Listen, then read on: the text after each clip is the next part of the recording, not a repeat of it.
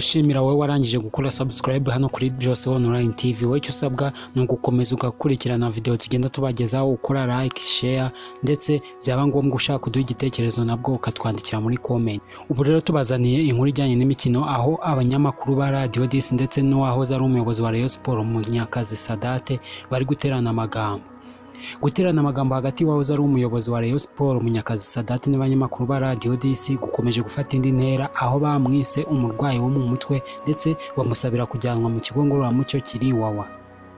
Ibinyujije kuri Twitter ku cyumweru, Radio 10 yatangaje ko hari abakinnyi ba Rayon Sport bavuye mu mwiherero bagataha kubera kudahabwa amafaranga baberewemo n'ikipe. Ubu butumwa bwahise busibwa nyuma y'igihe gito bwanyomojwe n'ikipe ya Rayon Sport yavuze ko umukinnyi umwe wavuye mu mwiherero ari Sugira Ernest wari uhamagawe mu ikipe y'igihugu Amavubi. Yagize ati ubuyobozi bwa Rayon Sport buramenyesha abanyamuryango ba Gikundiro ko nta mukinnyi wayo wigeze ava mu mwiherero kubera ikibazo cy'amafaranga. Buboneyeho no kubabwira ko umukinnyi wasohotse mu mwiherero ari Sugira Ernest wongeye guhamagarwa mu ikipe y'igihugu Amavubi. Munyakazi wahoze ayobora Rayon Sport nawe yagize icyabivugaho, ashinje Radio 10 kuvuga inkuru z'ibihuha zisenya Rayon Sport. Yagize ati ntabwo tuzakomeza kwemera ko impuha z'igitangazamakuru cyitwa Radio na TV 10 zigumya kudusenyera ikipe, mureke tuvuge oya. Mu kiganiro urukiko cyangwa se 10 Sport cyabaye kuri uyu wa mbere, umunyamakuru Sam Karenzi wa Radio 10 yavuze ko niba Munyakazi Sadate afite ikibazo cy'ihungabana akwiye kwitabwaho n'inzego z'ubuzima, byaba ngombwa akajyanwa mu kigo ngororamuco cy'Iwawa kuko atumva uburyo akomeza kuvuga kuri siporo kandi nta rwego ahagarariye muri Rayon Sport. Ntabwo tuzi ikintu na kimwe uyobora muri siporo, nta rwego na rumwe uhagarariye muri siporo ku buryo utangira kwataka abantu. Niba ufite ikibazo cy'ihungabana, hari inzego z'ubuzima zikwiye kugufata zikakwegera zikakuganiriza zikakujyana kwa Kabuga, byakwanga zikakujyana ku kirwa Iwawa.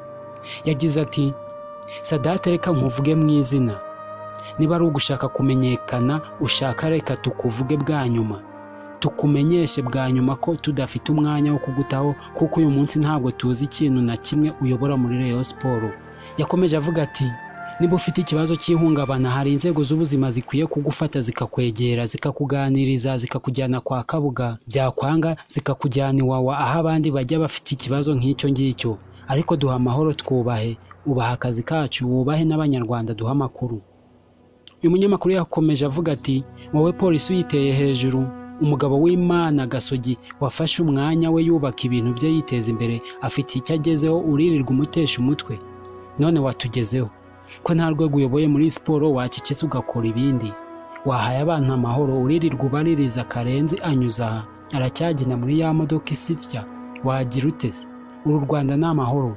Ayo rero ni amagambo Sam Karenzi yavuganye umujinyane ubwo bari mu kiganiro kuri Radio 10. Mu kiganiro yagiranye n'igihe.com dukesha inkuru, Munyakazi Sadate yavuze ko nta kibazo cyari yafitanye na Radio 10 ndetse n'abanyamakuru bayo, ariko atazahwema kugaragaza ko bavuga amakuru y'ibihuha agamije guca muri Rayon Sport ibice.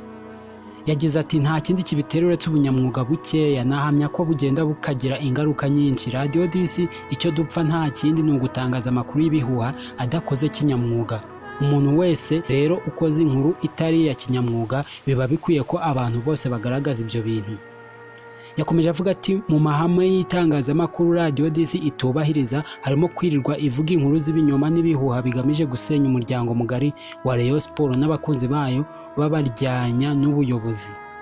Ibyo byabaye inshuro nyinshi, ariko icyabaye imbarutso ni ubutumwa bwa Twitter bakoze ejo hashize bavuga yuko abakinnyi ba Rayon Sport bavuye mu mwiherero kubera kubura amafaranga kandi nta kuri kurimo ndetse batanabajije, bakaba bari bagamije gusenya ubumwe bw'abareyo no kubangisha ubuyobozi buriho. Sam Karenzi muri icyo kiganiro yavuze ko ibyo bihuha Munyakazi abashinja ari we wabitangije, yitwa ngo ni perezida wa Rayon Sport. Yagize ati utuzanira amasheke y'amafuti ngo ni za Muhajiri nyamara yagiye muri AS Kigali. Yakomeje agira ati ni wowe watangije ibyo byose. Munyakazi yakomeje avuga ko yihanganye kenshi kuva kiri no ku buyobozi, ariko igihe kigeze ngo abantu banyomoze inkuru zitari zo zikomeje kuvugwa kuri Rayon Sport. yagize ati ibyo ntabwo twabyemera, ariko by'umwihariko nkanjye Munyakazi Sadate nanizwe ngaramye nabonye ko ijuru riri kure, bivuze ko iyi nkoni ikubise mu cyebu yirenze urugo. Ntabwo rero twakwemera Radio Disi kuzana utuntu nk'utwo tw'ibihuha tugamije gucamo ibintu bice, tukazashiduka no kugarura ibyo bintu tutakibigaruye kubera ko bizaba byageze kure. Twubahirije inyigisho za Yezu aho avuga ko umuntu nagukubita urushyi ku itama rimwe utega irindi, ariko igihe kirageze ngo twibuke ko na Mose cyangwa se Moise yatwigishije ko ijisho rihorerwa irindi. Radio Disi n'abanyamakuru bayo nibishaka gukomeza gusenya, tuzakoresha uburyo bwose bwemewe n'amategeko kugira ngo ibyo bintu bihagarare. Munyakazi Sadate yabwiye igihe.com ko nta kibazo cyihariye afitanye na Radio Disi, ahubwo adashyigikira inkuru zikorwa z'ibihuha ndetse ukunze kumwibasira ari Sam Karenzi. Yagize ati ukunda kunyibasira ni Sam Karenzi. Karenzi nta kintu twapfa kuko ni umuntu tutari ku rwego rumwe ahantu hariho hose. Imana yagira nuko yamvuga kuko izina ryanjye rimufasha kubona abamukurikira akuzuza inshingano ze z'akazi, nubwo navuga ko atabikora bya kinyamwuga. Ntacyo nahuriraho nawe byatuma ngirana nawe urwango, dupfa ubunyamwuga bwe bukurura ibibazo binyuranye. Kuvuga ko mfitanye ikibazo n'abanyamakuru ba Radio Disi, reka tubikosore tuvuge ngo mfitanye ikibazo n'abanyamakuru badafite ubunyamwuga kandi badashoboye akazi. Karenzi nta masezerano agirana na Radio Disi, akorera kuri komisiyo. Iyo uri umukomisiyoneri ukora ibishoboka kugira ngo umuntu umusenye kugira ngo komisiyo zawe ziboneke, nibyo bimutera kugira ubunyamwuga buke. Munyakazi Sadate yakuwe ku buyobozi bwa Rayon Sport n'urwego rw'igihugu rw'imiyoborere ya RGB muri Nzeri nyuma y'umwaka umwe n'amezi 2 ayoboreye ikipe ya Rayon Sport. Iyi ni Byose Online TV.